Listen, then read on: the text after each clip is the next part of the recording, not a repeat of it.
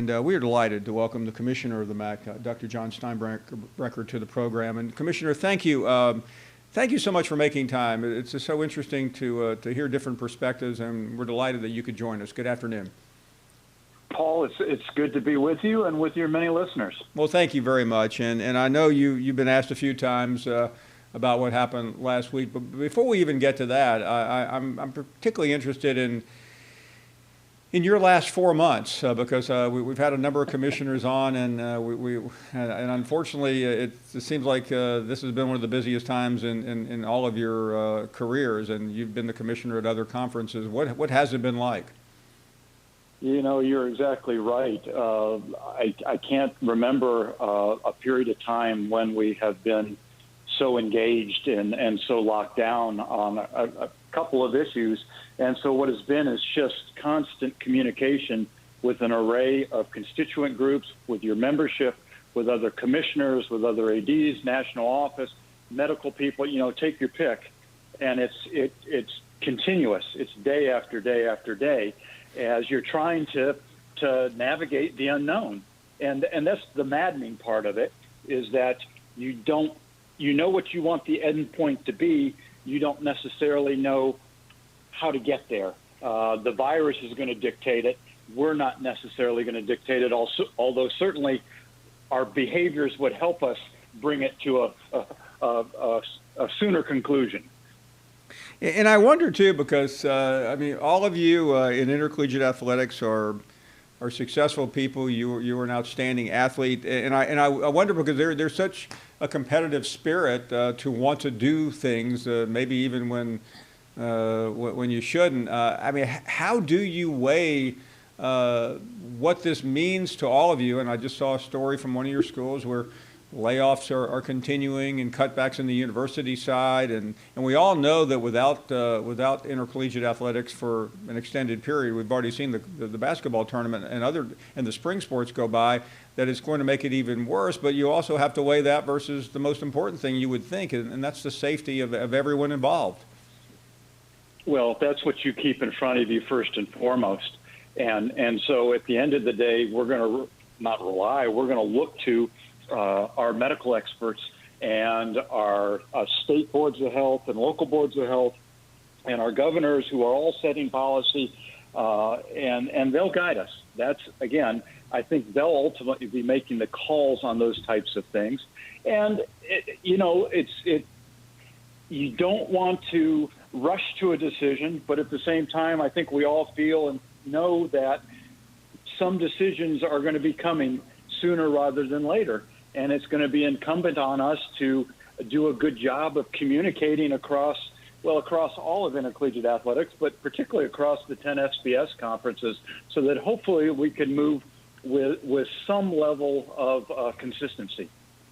And Commissioner, here we are, and everyone knows the date. We are right smack in the middle of July. I think we all, in our most hopeful thoughts, believed we would not be having this conversation at this point. What does the timetable look like for these next few weeks? Well, we're probably looking at, in our case, I think towards the end of the month is really when the next big touch point occurs, as we start to look to training camps starting to really open up, both in terms of football and then across other sports. I know you're seeing a number of leagues start to push back the dates of competition in some of the other fall sports to build additional time into when you might have to bring those student athletes back and resume competition. Our league is looking at some things along those lines as well, and maybe announcing something in the near future there. But I think as we get to the end of July, 1st of August, we'll need to be making some decisions. And I know that it's fluid, but at that point, Commissioner, are we talking then about whether we're going to be able to have a college football season, delay it, or are we talking then about perhaps pausing and looking for a better availability? Yeah, Paul, I think all of the above will be on the menu. And so we're going to have to be engaged with our medical people and really dig in and continue to think about, where are we at? what is the possibility that where we're at today is going to be different from 2 weeks or 3 weeks or 4 weeks from now? We know we've got conflicting things. Time is our ally from a macro sense, but in the micro sense, time is a bit of a problem because we're pushing up against some things that say we've got to decide whether we're going to move forward or not. So I think we could go in an array of directions, whether it's, yes, we think we can continue safely. No, we need to push back and delay the start X number of weeks, or it's, no, we're gonna postpone or cancel the fall season and consider alternatives. And I listen. As someone in your position, you read and hear the same as we all do, and some of the reports are very much doom and gloom, as I'm sure you know. You're having to deal with it with your member institutions. How do you battle that perception out there as you're trying to make some of the most difficult and important decisions in the history of your league? Well, you've got to be a glass half full person, and that's part of our job is to keep a positive outlook. Again, keep people focused on the facts. Don't rush to judgment, and let's take it one step at a time. Let's not go from point A to point F without skipping all the steps in between, and that's what a lot of people want to do right now. So let's be very strategic in how we move and how we think, and we'll take it one step at a time, and we'll get there, and we'll make the right decisions, and we'll do everything we can to safeguard our student athletes' well-being. Let me go back, Commissioner, to last week. I think you would know better than I would. You lost 11 or 12 games. You have such a great relationship with the Big Ten, which is in your region, and there's a lot went down the drain, at least for this year, in terms of money, assuming we have a season with that announcement by Commissioner Warren. Can you address that and really what it means to your member institutions? Well, and you summarized it really well. We have a tremendous relationship with the Big Ten Conference. We partner in a lot of things. We play each other across all sports. They're our most common non-conference opponent in football. We're their most common non-conference opponent. From a collegiality, colleague point of view, we work together on legislation. We have officiating consortiums. We spend a lot of time with each other, and we've loved that relationship. We love to compete. We love to work together. And so it is, you're disappointed that you lose those competitive opportunities. Our kids look forward to them. Most of them end up being at Big Ten institutions. We, on occasion, get them at our places, and we relish those opportunities.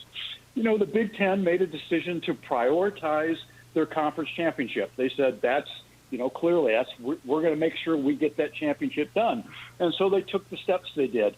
Now, in terms of what that means from a financial point of view, we don't know yet. Just because that decision gets made doesn't unwind the business part of this, right? There's contracts that have to be worked through, cancellation clauses, all those types of things. So in terms of what it means financially, we don't know yet. Again, our ADs and their ADs are all working together, and they'll figure it out. And again, I am confident that we'll come to places that end up being beneficial for both sides of that equation. And I know it's difficult to say aside from that because there's so much at stake there, but there's even a bigger issue at stake here, and that's survivability. Your league has very good contracts, obviously, with the company that I work for and others, but what really is at stake right now, Commissioner, assuming that this does not go well over these next few weeks? Well, I think everybody at the FBS level is looking at it. Most of us are probably generating 85% of our revenue through football. And so it's scary to think of that going away. And so we've been preparing, our members have been preparing for some time for some pretty dire situations. Now, have we done everything we can do? We may have to find out. But, I hope we don't. But we had been heading in both higher education and in intercollegiate athletics towards some sort of a tipping point and some sort of a reset of the enterprises. This is clearly accelerating that. And so however we come out of this on the backside of it, whether it's 3 months, 6 months, 18 months from now, whenever it is, both of these enterprises are going to look different. How we go to school is going to look different. Maybe how we go to school looks different, all those sorts of things.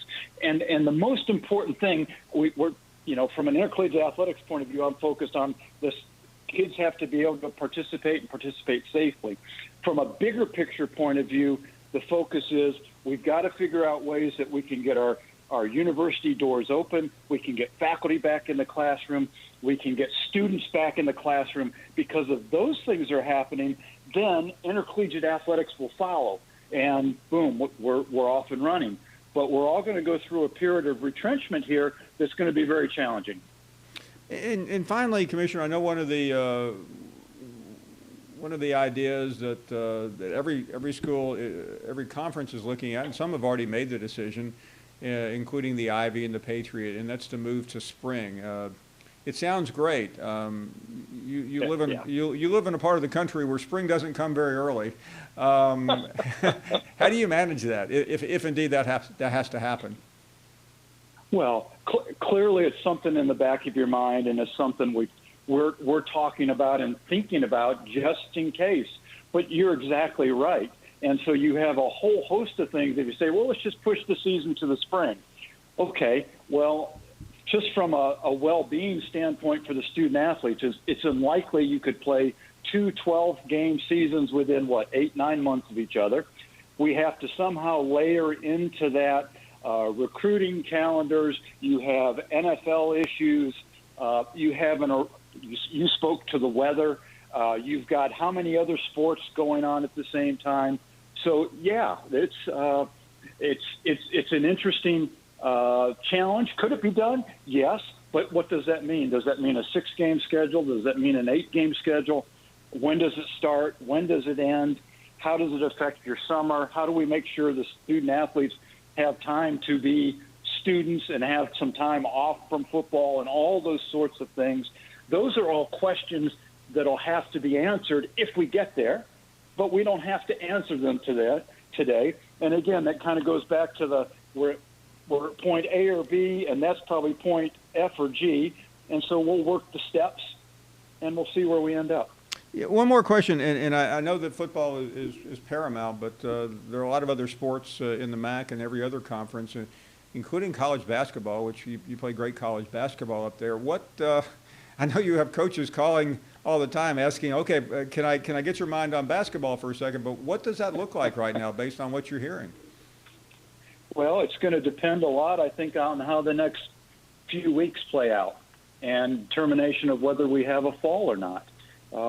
If we have a fall, I think there's a chance for basketball to get started in somewhat of a regular time frame. If we don't, I think does that possibly mean basketball gets pushed into the second semester or later?